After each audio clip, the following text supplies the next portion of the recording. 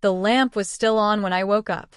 It was the middle of the night, and the house was the kind of quiet that only comes when 6 children are finally asleep at the same time. The air smelled like wood smoke and dried milk. My back ached in that low, deep way it had for months. Not sharp, just constant, like something that had decided to stay. I lay there without moving. The ceiling was the same ceiling it had always been. But something inside my chest felt different. Heavier. And I didn't have a word for it yet. My name is Rebecca, and this is where I share the parts of my Amish life that I never knew how to say out loud before. If these stories find you, subscribe so you don't miss what comes next. And tell me in the comments, have you ever swallowed something you didn't have the language for? 6 weeks after my 6th child was born, I still hadn't slept more than 3 hours at a stretch. That morning, I remember the light coming through the bedroom curtains, plain white cotton, the kind that softens everything. It was just before 5. Jonas was already downstairs. I could hear the stove, the quiet clink of the iron, the familiar sounds of a morning that had repeated itself 1,000 times before. I did not move. I lay there and listened to my own breathing, and I noticed for the first time, or maybe for the first time I allowed myself to notice, that my body felt like borrowed clothes. Present, but not quite mine. I want you to understand something before I go any further. I was not a woman who complained. I am still not easily. I had grown up understanding that a good woman held her shape the way a clean apron holds its fold, quietly, without drawing attention to the effort. Gelassenheit, we called it.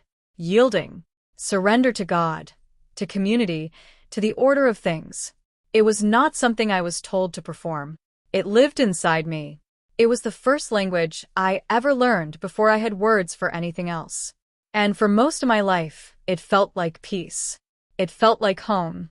I had said yes to everything. That is the truest sentence I know about my first 12 years of marriage. Yes to the children as they came. Yes to the early mornings and the late nights, and the body that was never entirely my own. Yes to the visiting and the canning and the frolics, and the work that never ended, the beautiful, exhausting, God-given work of it all. I don't say that with bitterness, I mean it. There was joy in it. Real joy. I just didn't know then what I was also quietly agreeing to beneath all those yes. I had no idea what saying no would cost me. Not yet. We had married when I was 19. Jonas was 22, broad-shouldered, careful with his words, the kind of man who fixed things without being asked. His family was well-respected in our district. Our wedding was in October, 200 people, 3 services, the Osbund hymns rising and falling like something breathing. I remember thinking that my life had found its shape. I remember being grateful. And I was. The community we lived inside was not a cold place. It was full of warmth, of generosity, of the kind of knowing that comes from sharing every season with the same people for your entire life. I want to be careful with that truth. I want to hold it, even now. But there are things the community does not discuss. Not forbidden exactly. Just absent. The Ordnung shaped our days completely. What we wore, how we traveled, which technologies we were permitted to touch. It told us where the lines were, in almost every area of life. But there were certain spaces inside a marriage where the Ordnung went quiet, where the rules were implied rather than stated, where a wife simply understood, through watching older women, through what was never said in council, through the silence itself, what was expected of her. In our community, there are things a wife does not say, not because she is forbidden, but because the language for it was never given to her. The 6th pregnancy was different from the others. Not in any dramatic way. Harder to pinpoint. I was 31 years old, and somewhere between the 5th and 6th child, a tiredness had settled into me that didn't lift the way tiredness used to. After the first few children, I would rest and come back to myself. After the 5th, I rested and something quieter returned, functional, present but thinner somehow, like a cloth washed too many times. I didn't say this to Jonas. I didn't say it to my mother, who had 9 children and never once suggested that was too many. I didn't even say it to myself, not in words. My body was saying it though. I just hadn't learned to listen yet. Jonas was a good husband. I need you to hold that, as I tell you the rest. He worked hard. He prayed sincerely. He did not raise his voice to me or to the children. He had been raised inside the same system I had, taught the same silences, shaped by the same expectations, given the same incomplete picture of what marriage was supposed to hold. When he reached for me in those weeks after the baby came, it was not with cruelty. It came from a place he likely couldn't have named any more than I could. We were two people inside a structure neither of us had built, following the only map we had ever been given. The night I said no, I almost didn't say it. It was late. The baby had finally settled. The room was cold in that particular way October gets in Pennsylvania. Not bitter yet, just enough to make the quilt feel necessary. I was tired in a way that went past tired. And when Jonas reached over in the dark, something in me, something I had no name for, no permission for, went very still. And then, quietly, into the dark, I said, "Not tonight." 3 words, barely above a whisper. The most ordinary thing. And the silence that followed was unlike any silence our bedroom had held in 12 years of marriage. Jonas did not speak. I did not speak. I stared at the ceiling and felt my own heartbeat, and thought, what did I just do? The silence didn't end when morning came. Jonas rose before me, the way he always did.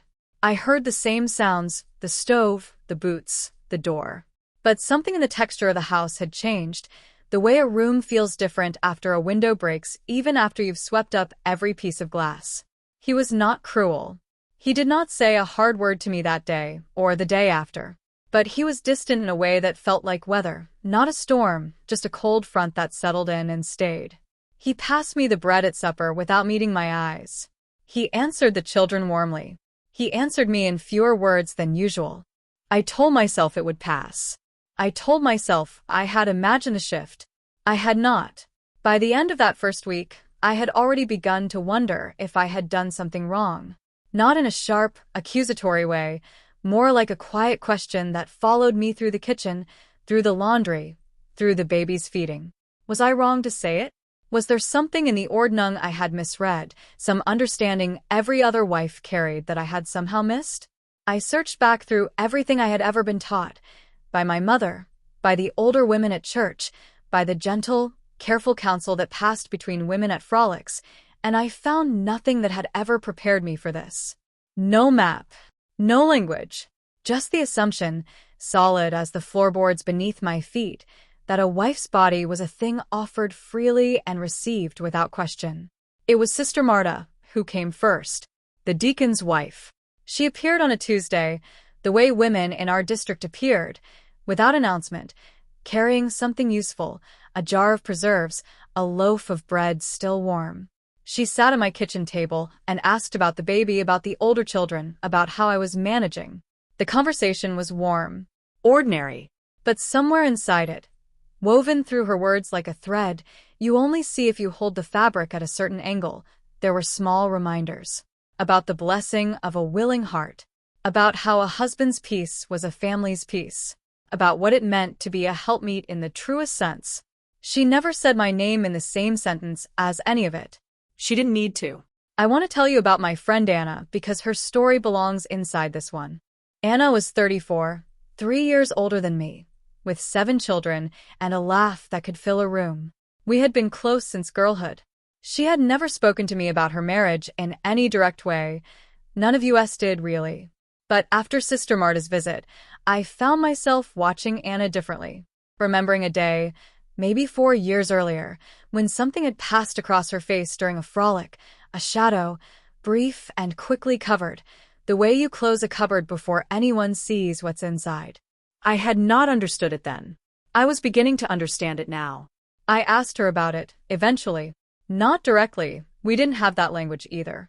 But carefully, in the way women in our community sometimes spoke around things, I let her know I was asking. And Anna was quiet for a long moment. Then she said very softly that there had been a time, once, years ago, when she had also been very tired. That the elders had spoken with her husband afterward, not in rebuke, but in encouragement. Support, they called it. Strengthening the marriage. She said she understood now that they had meant well. And then she looked out the window and said nothing else. She was not broken, my Anna, but she had been smoothed. The way a stone gets smooth in a riverbed, not destroyed, just worn into a shape the water finds easier to move around. Both things were true. I had known this community my entire life, and it had given me things I could not have found anywhere else. Belonging so deep it felt like oxygen. Faith that was lived in the body and not just spoken. The particular beauty of a life where every day had a shape and a purpose and a place. I loved these people. I love them still. And I was also beginning to see, for the first time, that a system can love you and diminish you in the same breath. That gentleness can be a form of pressure. That care, when it moves in only one direction, is not quite care anymore. Holding both of those truths at the same time was the hardest thing I had done in 31 years of living. If something in this story has found you, if you've ever felt something you couldn't name inside a life that looked whole from the outside, leave a word in the comments below. Just one word. I read every one. And if these stories matter to you, subscribe so you're here for what comes next. The realization, when it finally came, arrived quietly. Not as an argument. Not as anger. I was standing at the kitchen window one morning, watching the frost on the glass begin to melt in the early light, and it simply settled into me, the understanding that what I had said no to that night was small. One night. 3 words. But what I had discovered beneath it was enormous. I had not broken a rule. I had found the edge of one. And in finding it, I had seen, for the first time, how much of my own life had been built on agreements I had never consciously made. I still live inside my community. I want you to know that. I did not leave. I did not rebel. Jonas and I found our way back to warmth, slowly, the way seasons return, not dramatically, just incrementally, until one morning the cold was simply less. But something in me had shifted, and it did not shift back. I stand at that same kitchen window now, in the same house, with the same curtains, the same morning light. But I am standing differently, not performing peace. Holding it differently, knowing its weight, knowing what it cost, knowing that I chose it with open eyes. And that is not a small thing. You are allowed to know what you carry, even if you never say it out loud, even if no one in your life has given you the language for it yet. Knowing is enough. It has always been enough.